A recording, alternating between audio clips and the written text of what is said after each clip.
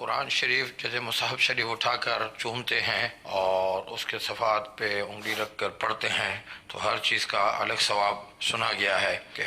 انگلی رکھنے کا بھی ثواب، دیکھنے کا بھی ثواب۔ تو دور حاضر میں جیسے موبائل میں قرآن شریف پڑھتے ہیں تو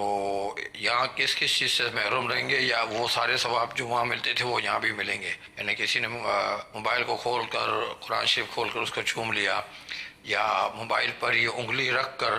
اس کو پڑھتا ہے، تو کیا اس کو بھی وہی نیکیاں ملتی رہیں گی جیسے مصحف شریف میں ملتی تھی؟ دیکھیں مسئلہ یہ ہے کہ جو ایک تو فضیلت ہوتی ہے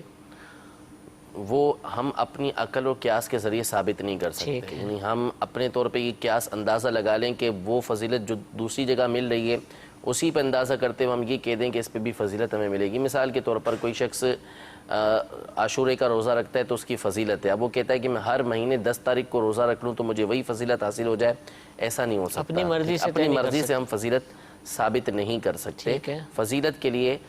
نص ہونا ضروری ہوتا ہے۔ یہ الگ بات ہے کہ ثواب ملنا ایک الگ چیز ہے کہ بندہ اچھی نیت کے ساتھ کوئی کام کرے گا تو اس کو ثواب ملے گا، لیکن مخصوص ثواب کہ جو اس میں ثواب مل رہا ہے وہ اس میں ہمیں ثواب ملے گا، یہ ہم اپنی عقل کے ذریعے نہیں کہہ سکتے، قیاس کے ذریعے نہیں کہہ سکتے۔ اب جو فضائل بیان ہوئے ہیں وہ تو اس قرآن پاک کے بیان ہوئے ہیں کہ جو ہمارے سامنے موجود ہے، جو نبی کریم صلی اللہ علیہ وسلم کے زمانے میں طریقہ کار تھا لکھا جانا، تو اس کے ثواب تو ذکر ہوئے ہیں کہ اس کو کوئی چھوئے گا، اس کو کوئی چومے گا اچھی نیت کے ساتھ، جیسے صحابہ چوما کرتے تھے۔ حضرت عثمان غنی رضی اللہ عنہ کے معمولات میں سے ملتا ہے کہ آپ قرآن پاک کو چوما کرتے تھے، تو ان کا جو چومنا ہے یہ باعث ثواب ہے۔ کوئی حضرت عثمان غنی رضی اللہ تعالی عنہ کی پیروی کے اندر چومتا ہے یا قرآن پاک کی محبت میں اس کو چومتا ہے تو انشاءاللہ یہ اس کے لیے باعث ثواب ہوگا۔ اسی طریقے سے قرآن پاک کو ہاتھ لگانا، اس کو بھی علماء نے ثواب لکھا ہے کہ اللہ تبارک و تعالیٰ کی کتاب سے برکت حاصل کرنے کے لیے اس کی تعظیم کی نیت سے اس کو چھوئے گا تو یہ اس کے لیے ثواب ہوگا۔ ان چیزوں کے لیے تو ثواب موجود ہے۔ اب مسئلہ ہے اینڈرائڈ موبائل کا کہ اس میں قرآن پاک موجود ہے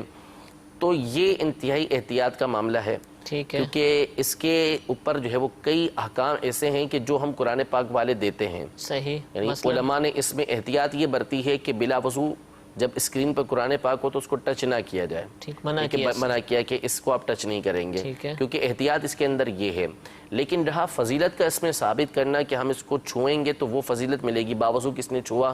تو کیا وہ فضیلت ملے گی، ہم اپنی عقل سے نہیں کہہ سکتے۔ ہاں اتنا ہے کہ اگر کوئی تعظیم کی نیت سے کہ چونکہ قرآن پاک کے حروف میرے سامنے موجود ہیں اس لیے میں باوضو اس کو تعظیماً ہاتھ لگا رہا ہوں، تو اس میں ہم عند اللہ اس بات کی کبھی امید رکھتے ہیں کہ اللہ تبارک و تعالیٰ اس نیت حسن پر ہمیں ثواب عطا فرمائے گا۔ اسی طریقے سے اچھی نیت کے ساتھ بندہ قرآن پاک کو اس لیے دیکھ رہا ہے اینڈرائڈ موبائل کے اندر کہ اللہ تبارک و تعالیٰ کے کلام ہیں، جو الفاظ میرے سامنے واضح ہو رہے ہیں میں ان کو تعظیم کی نیت سے دیکھ رہا ہوں، تو انشاءاللہ امید ہے کہ اس دیکھنے کا اس کو ثواب یہ ملے گا۔ ٹھیک ہے۔